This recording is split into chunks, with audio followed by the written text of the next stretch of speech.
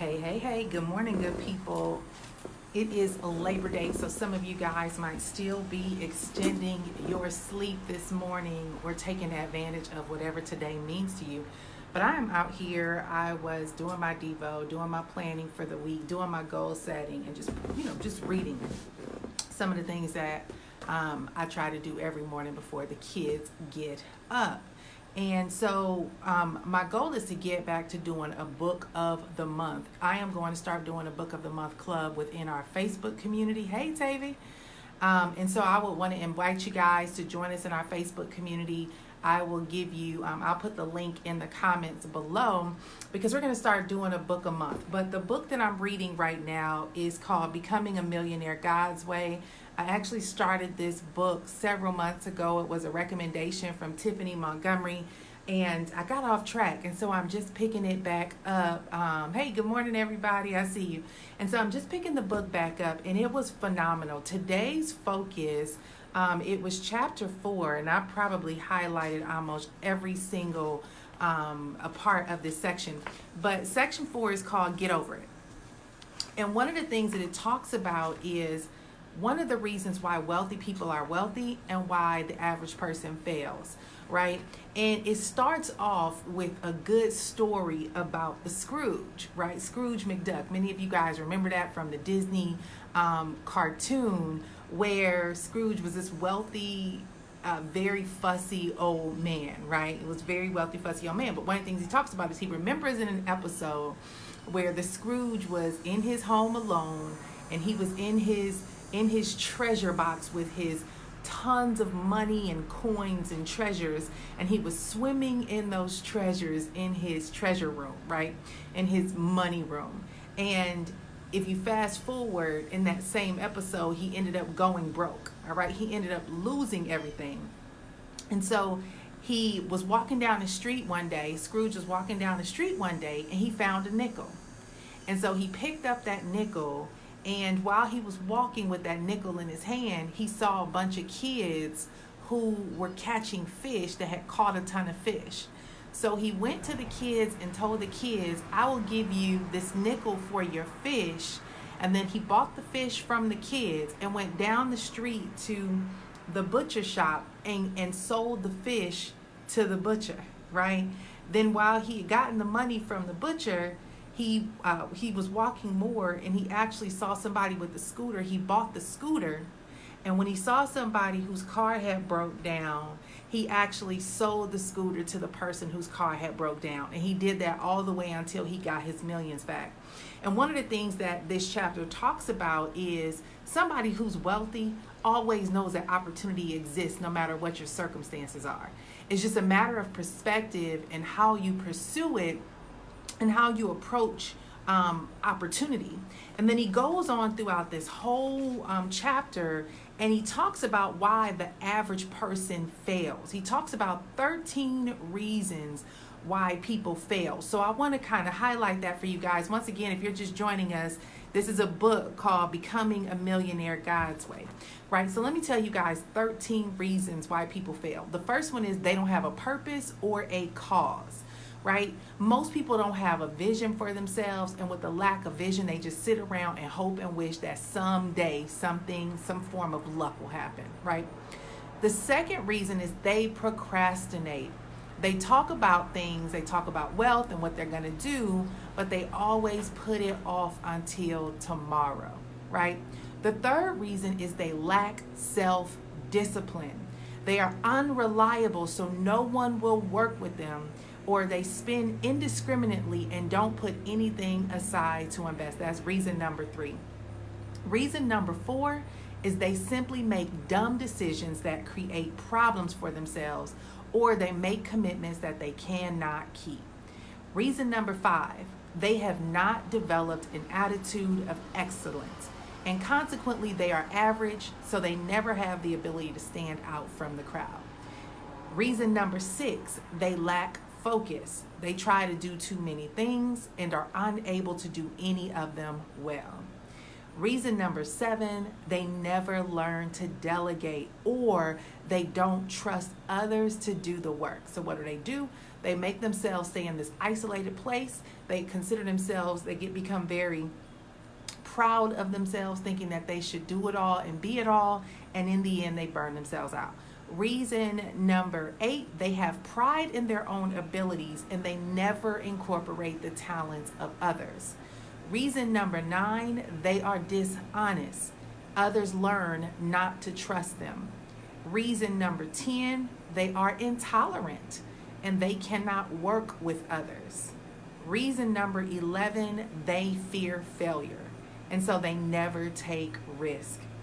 Reason number 12, they use sickness or tiredness as an excuse for doing nothing. And then reason number 13 is because they want something for nothing. Success always requires effort, but these kind of people are always expecting to get something for nothing. So here's the deal, and this was a kind of a heavy chapter, right? Because I had to go through and say, all right, this is 13 things, and I gotta be honest with myself and what things are personally related to me. Like, what are some of the things that I need to do differently? Where areas that I need to enhance, and what are areas that I need to improve on? But what I love most about this chapter is he closes out the chapter talking about Solomon. And he says, he said, to overcome these causes of failure, we must seek wisdom, which is a knowledge of how the world works and an understanding of how to use that knowledge for our benefit.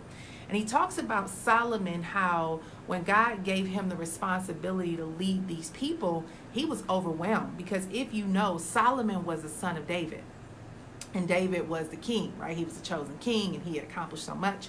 And Solomon was intimidated by not being able to live up to the standards of his father David. And so what he decided to do was he went to God and asked for wisdom, right? And so he went to God and said, Lord, of all things, give me understanding, give me wisdom so that I can lead your people. And as a result, if you know anything about the story of Solomon in the Bible, because of Solomon's prayer for wisdom and not for things, God gave him both wisdom and made him the wealthiest man in the world. But what I love about what this book talks about is, he talked about the fact, he said, listen, God does not give you wisdom just by dropping it in your lap. Wisdom comes by an intention to learn and invest in what's necessary to enhance in specific areas. So in other words, it's not just saying, God, give me wisdom, and then you just expect for these supernatural downloads. It's, God, give me wisdom, and then understanding that I have to devote the time to study and invest in enhancing in areas that God can add on to make it a supernatural encounter, right? So what you need, baby? No. Go get a book. Thank you. I already read it. No, go get it again. I'm coming. We're going to read in a second. Okay? So he talks about the fact that Solomon wasn't just out here trying to get wisdom from God and be sitting in the room like, Lord, just download all the wisdom inside of me. No, he devoted time to read. He devoted time to study. He invested in the necessary resources. He talked about the fact that if you look at Proverbs, and for those of you, if any of you guys have ever read the book called The Stolen Legacy, it was a book that I had to read when I was in college, and I went to Tuskegee University. So we read a lot of historically black books, and it taught us and enlightened us about our black history. And Stolen Legacy is a book about how the Romans and the Europeans came and raided the libraries of Egypt. And then they took all the books and the resources that they raided and stole from the Egyptians and stole from Africa, and they took them back to Europe and they studied them, and then they began to rehash them and take credit for them. So one of the things that he talks about in this book is the fact that if you were to go back and read some of the books that Solomon read, they were actually books from the Egyptians, and he turned around and regurgitated some of the things that he learned from the Egyptians, and he made the Proverbs. So he actually rewrote the Bible. He wrote the Bible from content that he had gotten from others that was written before him, right? But the bottom line was he was a student. He studied, he invested time to learn. And what happened is God added on to it. So if you think about the supernatural, it's God's ability to add on what you already have invested in, what you are, who you already are, and what you already desire to become, right? So if I say, God, make me the best neurosurgeon in the world, well, guess what? I still have to go to school. I got to go to medical school. I got to do my residency, and I have to go through the process of becoming a neurosurgeon. But because I've invested the time to become that neurosurgeon, God can allow divine opportunities for me to become the world's best neurosurgeon. He can open up doors. He can establish divine relationships. He can put me in the right rooms, in the right places. He can give me the necessary notoriety, right? And so I say all that to say, okay, good job. I say all that to say that for many of us out here, we have a desire. Okay, good job, son. I got him reading books this morning, right? We do homeschooling, and so they think because it's Labor Day, they don't have to work. Can I watch TV now? No, you cannot. You have to get another book, and then I'm coming, and we're going to work together. Hold on, okay? So I say all that to say that many of us are in places and spaces of failure because we've given ourselves permission to be too laxed. Don't ask anything else till I'm done, and I'll be in a second. Keep on recording. Okay, close the door. All right. But many of us are in positions that we are in because we're too relaxed about not putting forth effort to help opportunities, to see opportunities differently, right? So he talks a lot in here about people who get tired, right? Who talk about illnesses and tired. They're tired all the time and they have disabilities. They use that as a crutch to not have to put forth any effort. So instead of taking that time that even if you're sick or even if something is happening, you have an opportunity to sit down and you're sitting still, you can read a book or you can be watching a program, but instead you'd rather watch Netflix and chill, right? There's a lot of things, guys, about our habits that we form over the years that become the handicaps to our own personal success. And these are just 13 reasons. I'm sure there's a myriad of them. But one of the things that I want to encourage you guys to do is to grab this book, number one. It's called Becoming a Millionaire God's Way. It's by Dr. Thomas C. Anderson. It is going to be the book of the month in our Facebook group, and we'll be talking about this book. I'm really going to dive in. But get this book and begin identifying what are the areas that you need to strengthen. Another thing that he highlights in here, because he talks about people who set goals and establish goals, but thinking small, having a very small perspective. So for example, some of us may establish goals and we might say, all right, my goal this month is to make $5,000, right? And if you're an entrepreneur, we all know how that goes. So you might go out there and you might make $5,000 in your first week, but you still got 3 weeks left. Well, most people will take that $5,000 and be like, oh, I reached my goal for the month. It's time to feast off of it and I'm cool. I don't have to do anything until next month. Not realizing that wisdom is the ability to say, great, I made that 5, but let me go pursue 5K a week so that I can now have 15,000 to invest to double the money so that I can begin to work differently with what it is that I do. It's the ability to continue moving forward even though you've reached your goals because you're thinking so much bigger than just scratching things off your list, but instead the ability to begin to start finding ways to leverage what you have to grow even more for even greater levels of impact. And so guys, listen, it's so many things. I personally have been intentionally shifting how I do things. I've been an online marketer for 12 years. And honestly, although there's a lot more I can do in this space, I realize there's some other things that I need to step out into and begin to really put my talent, skills, and services in places that are not common.